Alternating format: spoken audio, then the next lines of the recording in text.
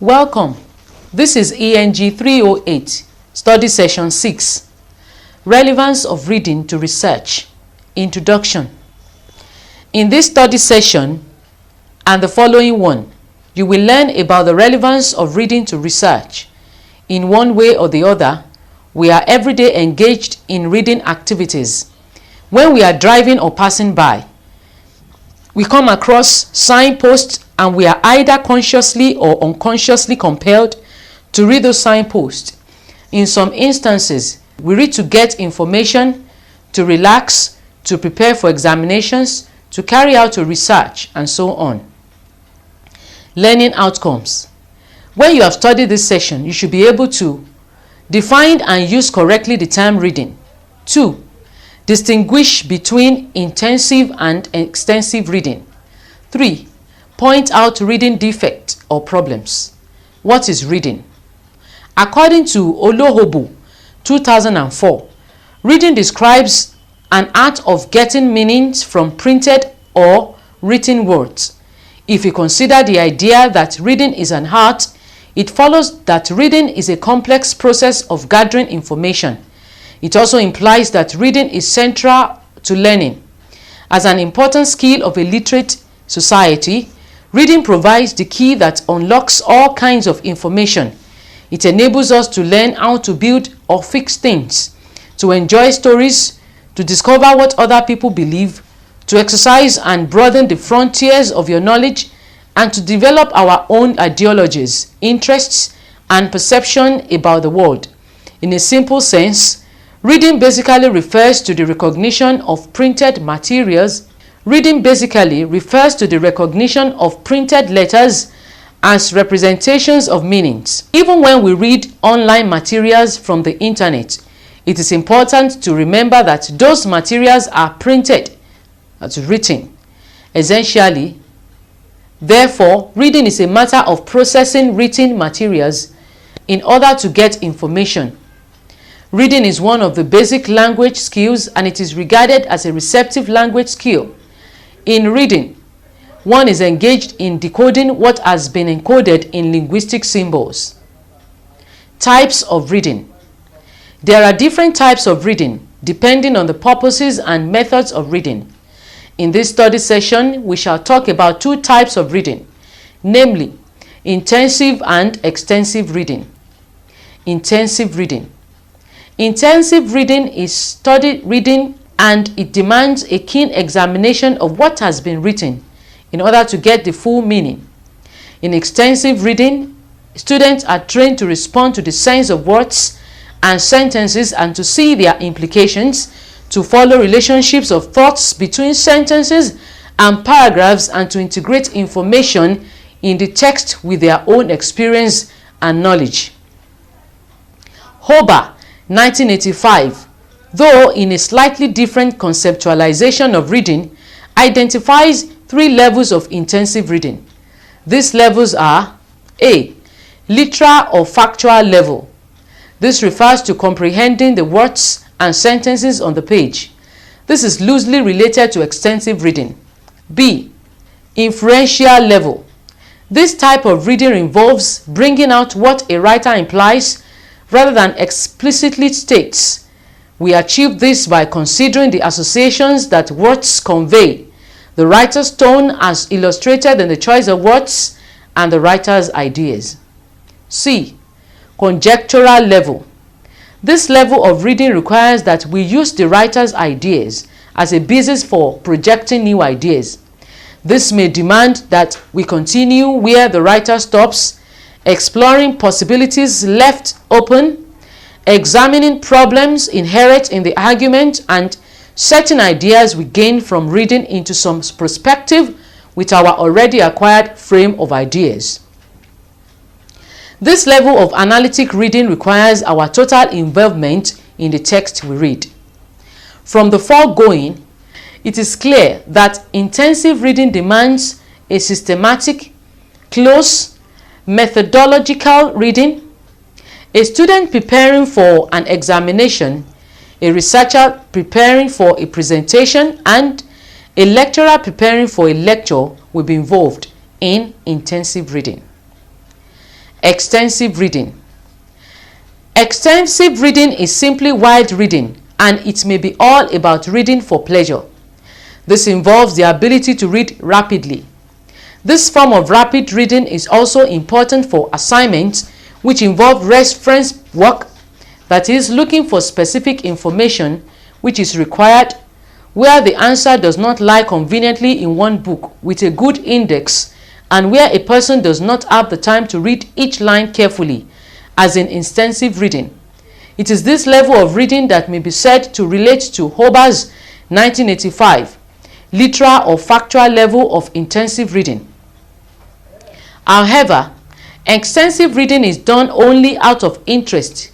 For such a purpose, we are not interested in details, so we will not want to bother ourselves with a complex analysis of the event, and we may not need to write down the point. We are only interested in the general idea of the text. Extensive reading is also good for vocabulary development. Some reading defects or problems. As noted earlier, reading is a complex art which demands some skills. There are some reading habits that are considered bad because they are not in consonance with effective reading. We shall look at some of these bad reading habits here. Head movement. One problem that hinders effective reading is head movement. It is a poor reading habit if we move the head from the left to the right as we follow the words from the left to the right across the page. Most times, we are not aware that we are moving our heads while reading. Such head movement is unnecessary because it slows down our reading. Head movement is energy consuming. The only movement required for effective reading is eye movement. Pointing at words or tracing lines. Another reading defect is pointing at what we read or tracing lines with fingers or any other object. Besides slowing us down through the mechanical movement of the above named items, it causes us to pay attention to irrelevant issues. The most important thing to focus on is the idea that the author is trying to pass across to us, but not the location of words on the page. By pointing to individual words, we are preventing from taking in phrases and sentences which promote the understanding or comprehension of thoughts and ideas. Vocalization and subvocalization. Vocalization is another common problem in reading. It is not necessary to pronounce aloud each word as we read. Usually, this pronunciation is quite soft, such that we are more or less whispering to ourselves. The major disadvantage of vocalization or subvocalization while we read is that it tends to tie reading speed to speaking speed. This reading defect affects the reading rate and therefore comprehension. We need to avoid it, especially in intensive or studying reading. Vocalization takes various modified forms. Sometimes we merely move our lips soundlessly. At other times, we may make tongue or throat movement without lip movement. This reading fault can be stopped by conscious effort on our part as readers. Subvocalization differs from vocalization because we do not actually move any part of the vocal system, but we still pronounce the words to ourselves in our mind. The lips do not move, but an inner type of speech persists, clearly pronouncing each word and then listening to ourselves. This is a much more difficult habit to break than vocalizing because we need to understand that written words are symbols which represent two different systems, a sound system and the idea system. It is not necessary to get the idea in a printed text by subvocalizing. The cure to subvocalizing is a mild approach that requires us to focus at the writer's idea rather than the sound of the symbols. Regression. Regression refers to going back in error and rereading words, phrases, and sentences that we have already read. Regression is a bad habit which is often a result of lack of concentration or eye defect. It is important to note that it is not a bad idea when we go back or regress to confirm a new word or idea that we find as we go further in our reading of a particular text.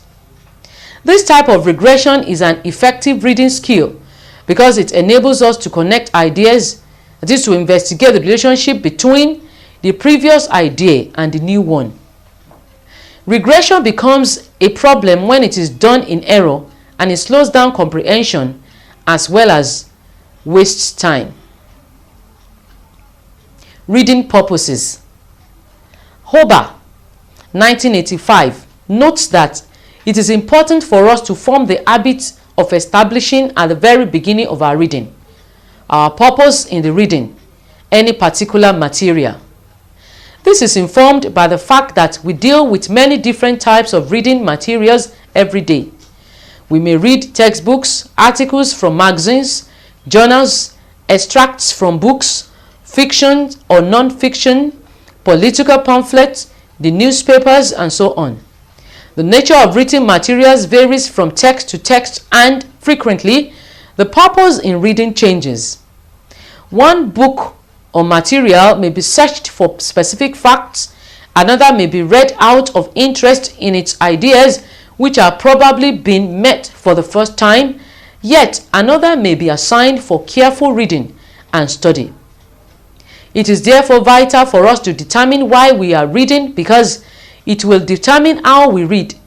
Some purposes of reading are discussed below. Recreational reading. This type of reading is done mainly for enjoyment. When reading for pleasure, most of us read at a relaxed speed. In such instances, we skim through the storyline until we come to a description or even a phrase that is appealing to us. We then stop to read slowly.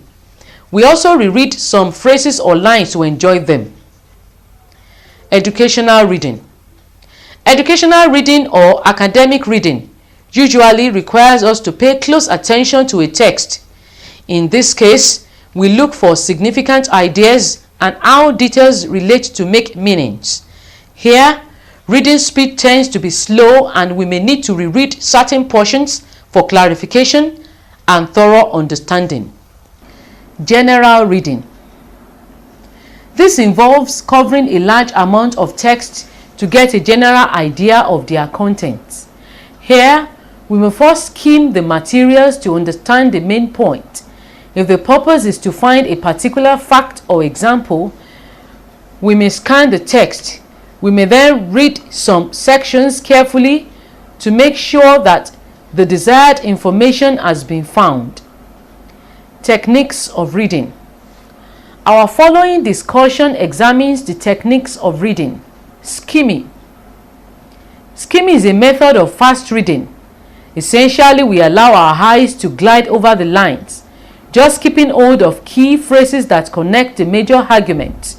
When a point seems particularly relevant, we slow down to read that section of the text more carefully, resuming our rapid gliding pace as soon as we are satisfied. Whenever we sense that a section is not relevant to our purpose, or when we have grasped the ideas of the section and do not need further elaboration, we may choose to skip that section entirely, picking up the discussion when new ideas are introduced. Skimming, therefore, is a useful device when we are more interested in the main ideas that are in the details. If we wish to determine whether a book is worth reading, we use the skimming technique. Scanning. Scanning, on the other hand, is a reading device employed when we are searching for a particular piece of information which we know or presume is somewhere in the text. It is also an extremely useful skill in keeping the student to learn and master technical terms, where a number of sources need to be consulted for the meaning and use of certain technical words. Scanning involves moving our eyes quickly across a line or down a page to locate particular information. It is also a method of rapid reading. ITQ. Is it skimming or scanning that will be more suited to a book consulted for literature review? ITA, scanning. SQ3R. Besides skimming and scanning, there is another technique of reading known as the SQ3R reading study technique. This technique consists of 5 steps: survey, question, read, recall, and review. Survey. When we first approach a material to be studied, it's a good thing for us to survey it. That is, we quickly go through the material to get a general idea of what it contains. Survey should not take much time. For instance, we could spend just 3 minutes to survey a 30-page chapter of a book. In this sense, we only try to have a general idea of what the material is all about. Questions. Here, we pose some questions in relation to what we are reading. If the author uses subheadings, we could easily turn the subheadings into questions. If the material does not have subheadings, it is left for us to skim through the material to get the main ideas and ask questions based on those ideas.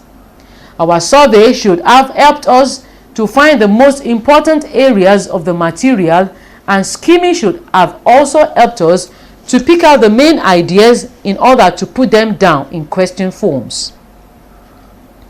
Questions stimulate our reading curiosity. Read. The first R in the SQ3R technique stands for reading. Reading here simply means going through the material, bearing in mind the questions we posed earlier.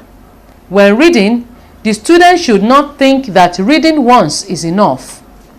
In most subjects, reading once does not guarantee mastering a subject. For a complete understanding of most text materials, we need to read and reread. Mind you, this form of rereading does not amount to regression. Recall. The second R of the SQ3R technique represents recall. In recalling, we try to tell what we have read. It means reciting from memory, mentally or orally to ourselves or a friend, the information, main points, and ideas that we have been able to gather from reading. It may also include the writing down of the major ideas or main point of the text from memory. The relevance of this step is that it enables us to form in our words answers to the questions, each of which involves a major point to the material being studied. It is expected that we do not repeat the exact words of the author. The stage of recall is the right stage for us to test ourselves and discover what we understand and what we do not. Review. The last R of the SQ3R stands for review. At this level of reading, we make sure we have answers to the questions we posed earlier. If necessary, we may have to reread the material and we may go through the first 4 steps again.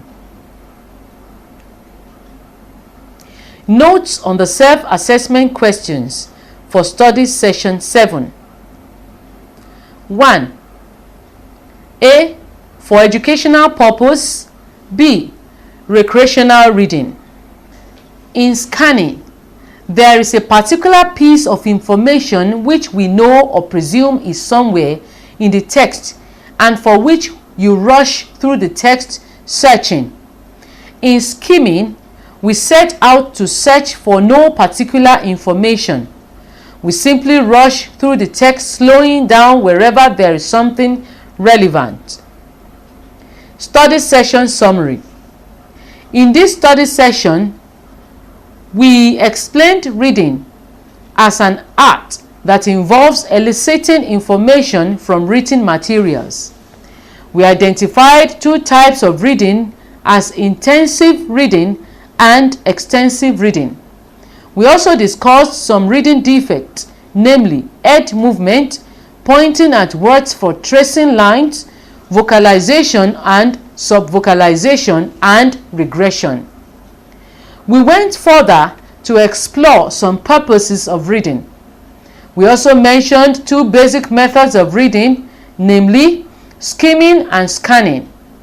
We rounded off the session by discussing the SQ3R technique of reading. The last lecture and this one should have shed some light on the relevance of reading to research. No effective research can be embarked upon without purposeful reading. We have come to the end of study session 6. Thanks for listening.